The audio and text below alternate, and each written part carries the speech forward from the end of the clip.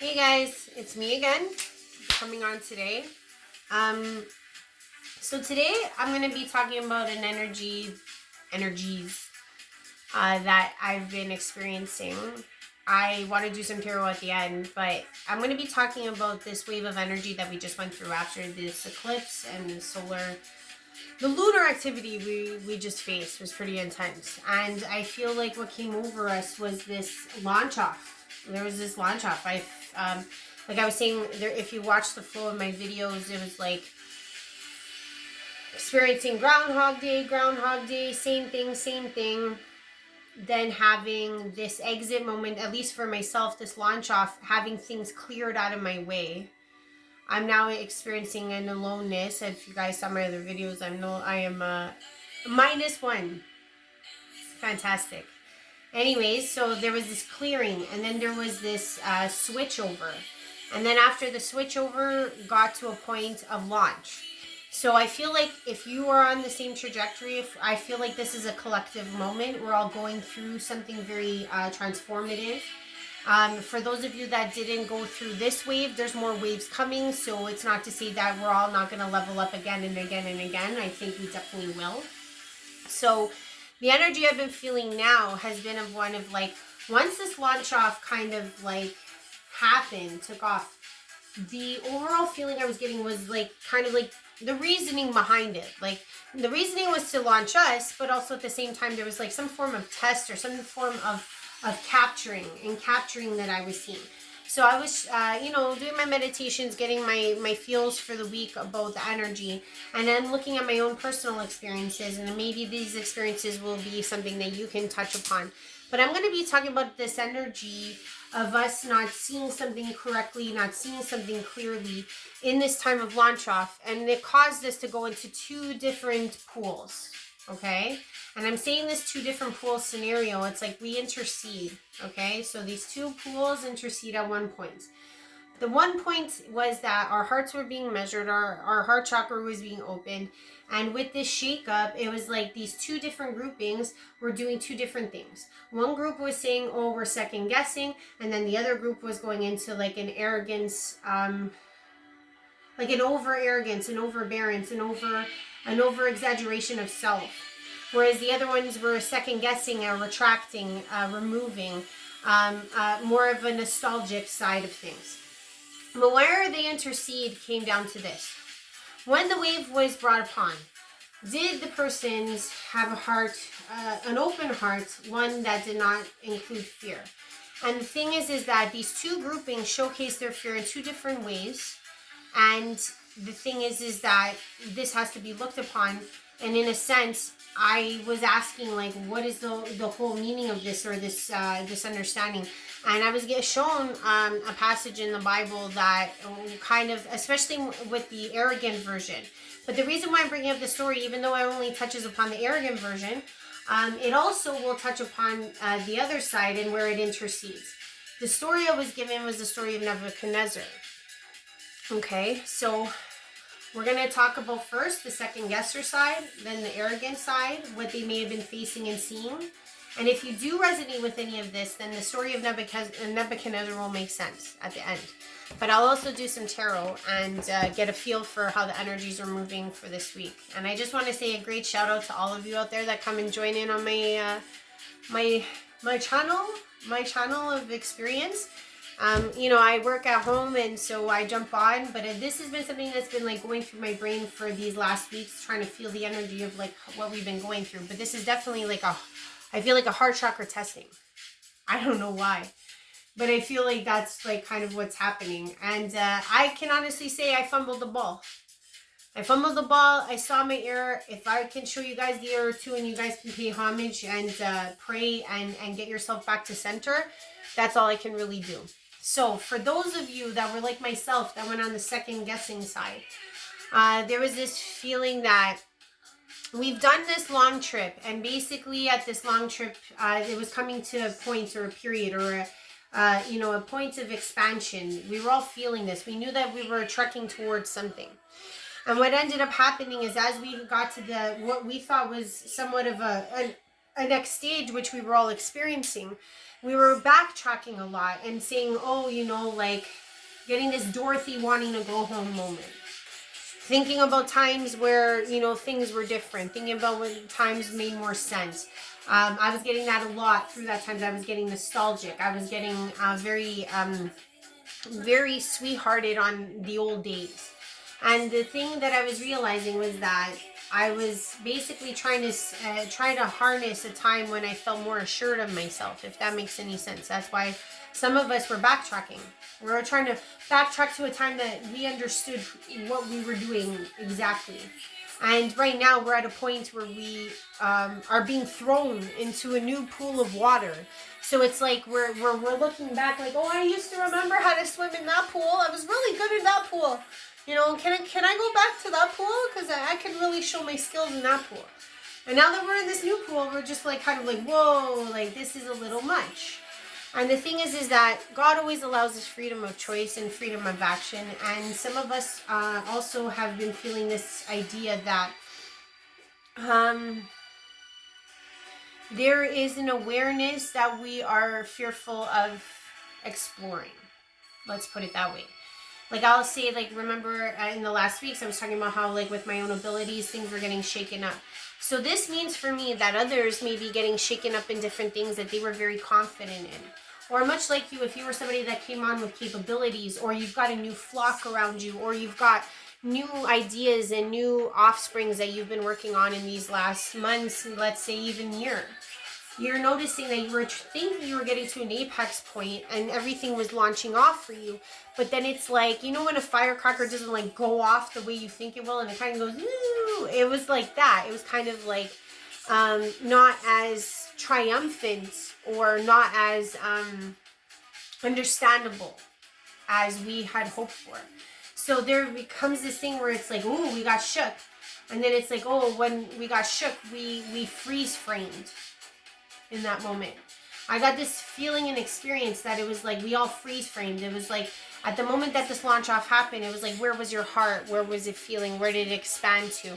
Were you fearful in the heart? Were you willing to expand? Were you jumping into the next pool with efficiency, with the trajectory of fearlessness? Okay, so this is the first group. If you are feeling any of those feelings, then you were part of that group. I call that the second guesser group. Okay? Then what I was being shown, and this is because I'm not part of this group, that I was being shown this. I was being shown that there's another group of people that got thrown in this proverbial pool of water with us. We were all together. We got thrown in the pool. And what happened is that these guys just launched off. They just started like really taking speed, going swing, like they were just like full force because they just really wanted to tackle it.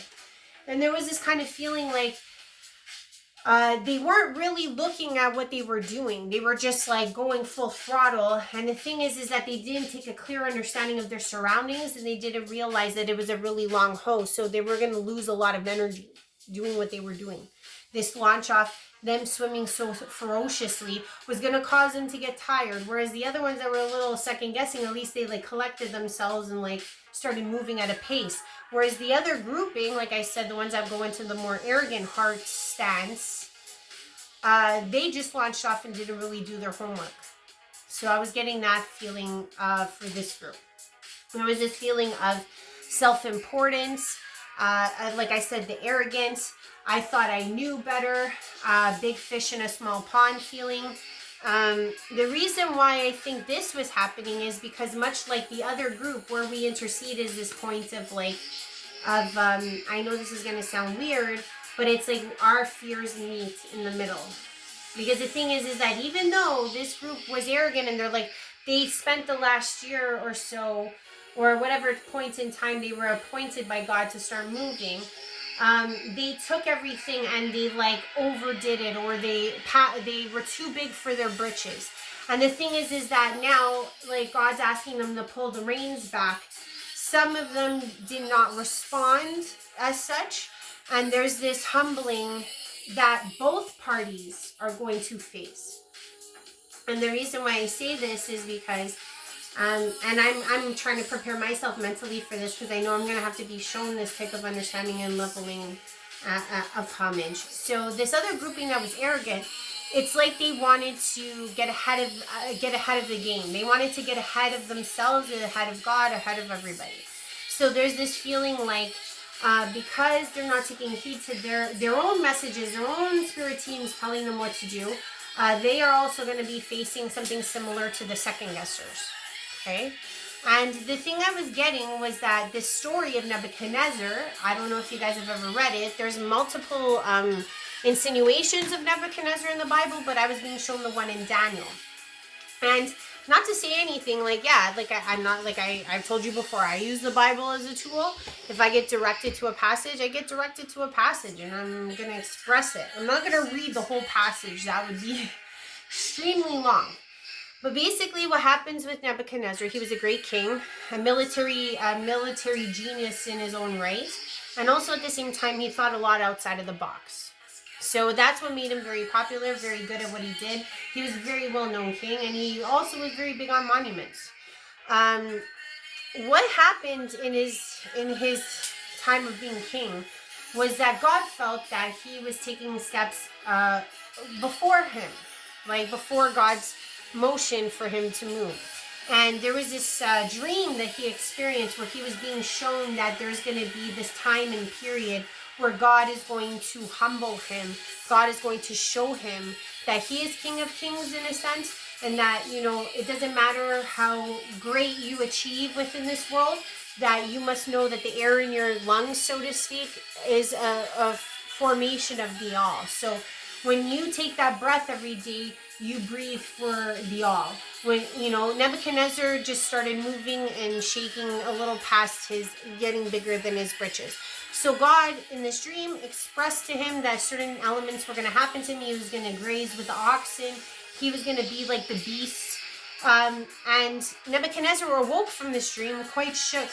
And he called out to everyone who was a seer or a knower or psychic, I guess you could say, in those times. And he called out, and Daniel heeded the call. There was many that came, but Daniel was known in that area of Judea, of I guess what you would call modern day Israel,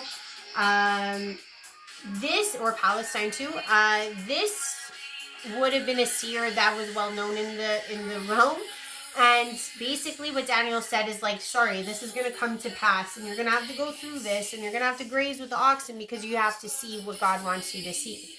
So what ends up happening is that after this situation with Daniel, basically Nebuchadnezzar, to the rest of the world, looks like he's gone a little coco loco, goes off into graze with the animals. And there comes a point where that filter comes off. God allows him to return. And what happens is that he pays homage to God, and he respects the fact that nothing on this realm of experience of what we call earth is to be felt or experienced without God. So that's kind of what it was. Like, God was humbling this man so that his steps in the future would be in unison with God's will. So if you guys are interested, it's under Daniel 4. I guess you could start off at, I guess it would be, let's see, I would say 20. 420. 420. Go Daniel 420. Anyways, so this is what I'm saying. Right now at this time, I feel like these two parties that I'm talking about, this, I would say two energies, reflective energies, they are reflecting each other in opposite ways. Like, you have the second guessers that have fear in their heart because of second guessing what they're doing in their lives, or this Dorothy wanting to go home feeling. And then you have this other grouping of us that have been launched off as well, that got a little ahead of themselves. And now that we're both at this, like, let's say this is the line of where we start the race, it's like God is saying in this season, like, I am going to ensure that you know who your maker is. So in a sense too, it's like we both exhibited fear. We both being tested, freeze framed in a time, and we fell in either category. And the thing is like, immediately I realized I had fumbled the ball. I was scared. I had been thinking about past stuff. I had been thinking about, like, my fears did come up in this time. because it was something I never experienced. And I also feel like Dad wanted us to know that this is going to become more of the norm. There may be more level ups, or maybe more catastrophes that are happening in our world. And it's like, in a sense, God wants us to know that we are going to be okay. And as long as we know that we take these steps with God and we like hold hands and we do it together, everything's going to be okay. And either way, God is going to show us the type of homage and humbleness that we have to bring forth, not only to the all, but to ourselves. Because for the second guessers, like really and truly, it wasn't just that we were kind of slapping the face of God. We were slapping the face of ourselves. Like all the hard work we've done, all the great things we've achieved. And we still haven't been able to carry that forward and say, you know, like this is a different time and place where I can believe in me. And then you have the other side that believes in themselves, at least they exert it outwardly, right? The reason why they are showcasing fear as well is because the other arrogant side, that is the wall they put up because they have to showcase their greatness to a degree to make sure that they can keep solemnness in the fact of everything that they have gone through.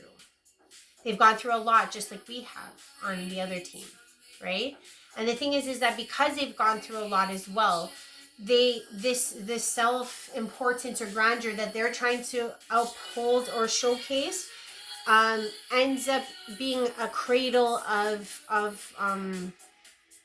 security, a cradle of security that they can fall into to say like, well, at least I was able to do this in this appearance in this way. I hope I didn't lose anybody, but the arrogant, the showcasing of arrogance is also a filter, a wall of something that they're trying not to present to the world. So as long as they're confident, as long as they can show that they're doing great things, it's like they can tell themselves that they're good or that this all makes sense. Even though both parties truly do not know what's going on. Even though both parties truly do not know what the next steps lead to. That fear is being expressed differently, but it's felt the same.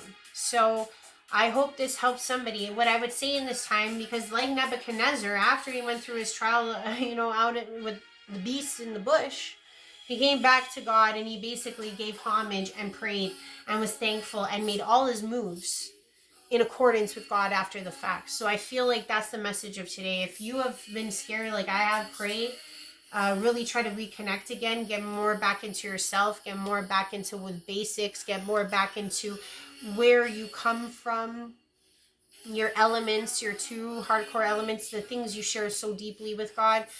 That's how you reconnect. And I feel like in this time that we don't know or can't understand what's around us, and we don't know how to swim or traverse this new energy we're going through, this is the message for today. So I'm going to just do some tarot quick to also give a feeling for the week ahead.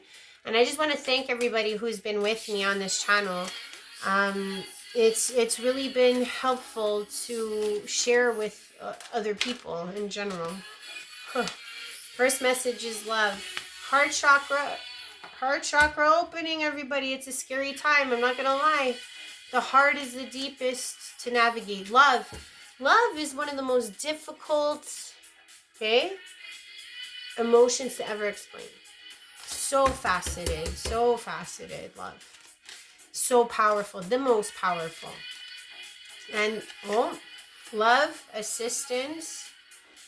Good to hear that, right? I'm always needing assistance. But I truly feel all of my brothers and sisters just like you and me. Like we all have something to share. We all have something to give. And this is my way of sharing with you guys. I'm kind of like someone who feels the energies and expresses them. Sometimes I use tarot. Sometimes I just use myself. It's funny. I got faith.